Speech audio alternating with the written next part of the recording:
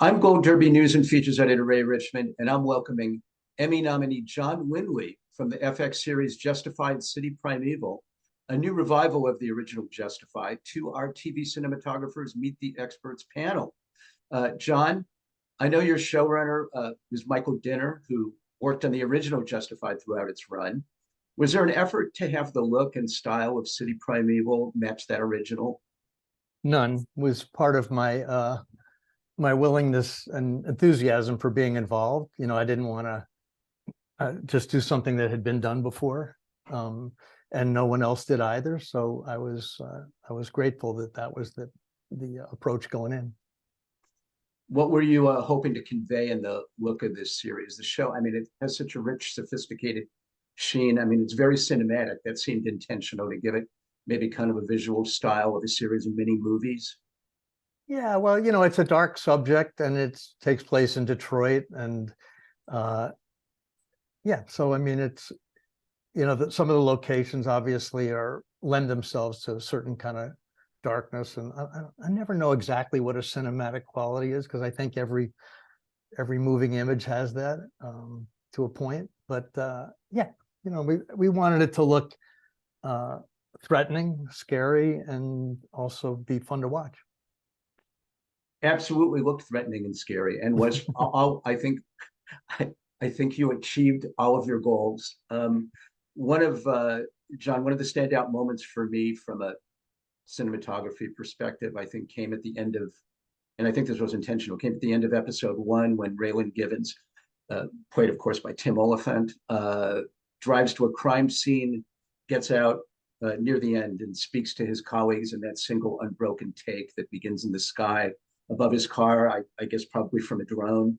And then there's that 360-degree move. Can you describe what was going on there? Sure. The camera starts out on a drone, and it flies down, and then it has a magnet that was released to the operator's hands. He had a stabilized head that he could walk around with, and he walks up to a car, the judge's car. He's been shot and killed, and we had made the doors of the car so that they could come off. They also had magnets, so we could, when the camera wasn't looking at a door, we pulled it and shoved the camera inside, and then brought it through the other side, and then we put the doors back on.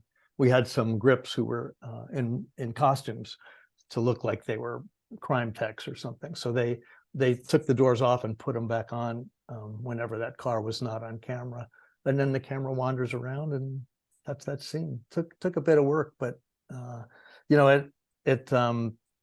it's you need everybody to be on board a setup like that. When I say everybody, starting with the director, because there's not going to be any coverage, and then the actors have to be willing to do the choreography with you, which is complicated, and then you need a top flight crew, which I had. So I was pleased that we were able to do that.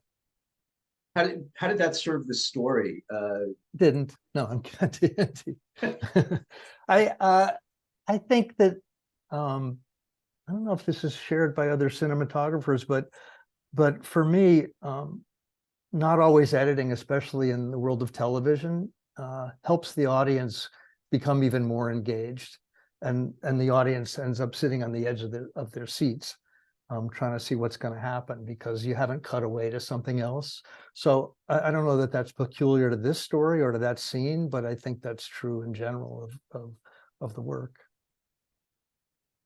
So, John, the show is set in Detroit, but you shot it in Chicago. Why? So the world is driven by tax incentives, as we know, and Illinois has a good one. And so that and the fact that the showrunner, Michael Dinner, had worked a lot in Chicago and loved working there, and that there's a very good production base there, drew the show to Chicago. But we scouted Detroit extensively before we started picking locations in Chicago, and it just exposed our own bias about what Detroit was and is. We expected to find sort of urban decay everywhere we looked, and it turned out it wasn't like that. And so even in Chicago, we had to recreate it often. So I'm always eager to start with the truth of a location, and that helps me build on that. I do better with that than if I have a blank canvas and I have to start from scratch. But in this case, Detroit, I didn't take me someplace that I thought I couldn't get back to. And believe me, I've done that. I've been in places where they, oh, don't see the Spanish moss. It's not supposed to be the South. It's supposed to be New England, and stuff like that. I don't see that palm tree, but I never felt like we couldn't bring the feeling of a dangerous urban environment to Chicago, whether it was Detroit or not. So basically you were saying Detroit also didn't look crappy.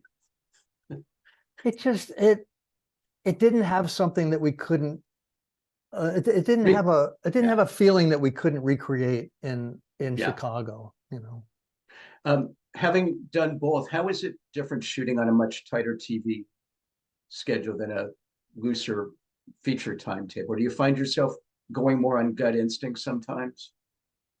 I don't know. Even feature schedules have a pace and have a desire to shoot a schedule, and some of the bigger movies I shot, the time was taken up by movie stars who wanted to rehearse for half a day before you started shooting, or showed up late after opening a Walmart somewhere, who knows. So every project has a schedule and has a pace. Justified, we talked about the schedule before I signed on, so I wanted to make sure that it would allow for the kind of quality that the showrunner was hoping to get, and in the end, that schedule was okay. City Primeval is such an intense show, John. Are you feeling any of that as you control the photography and lighting? Does it get your juices flowing being on a show that's that intense? Yeah, I mean, the character of Sweetie, the bar owner, whenever we were in that set with him, and he's a great actor, Von Curtis Hall. Yeah, Von Curtis, great actor, and I always felt there was some danger being around him, and the bad guy Boyd, he's very, very dangerous in a much different way than Vondi, and that he's volatile and unpredictable. And so those characters brought a lot of the hazard to it. Last question.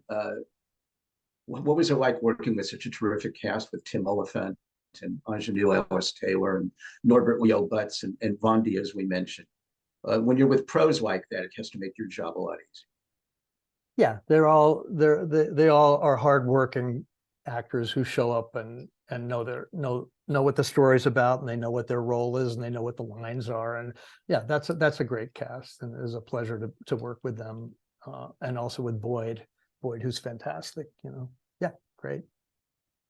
Well, with that, we're out of time. John, good luck to you this coming awards season. Thanks. FX's Justified City Primeval currently streams its 8 episodes exclusively on Hulu. Thanks for joining us at Gold Derby. Thanks for having me.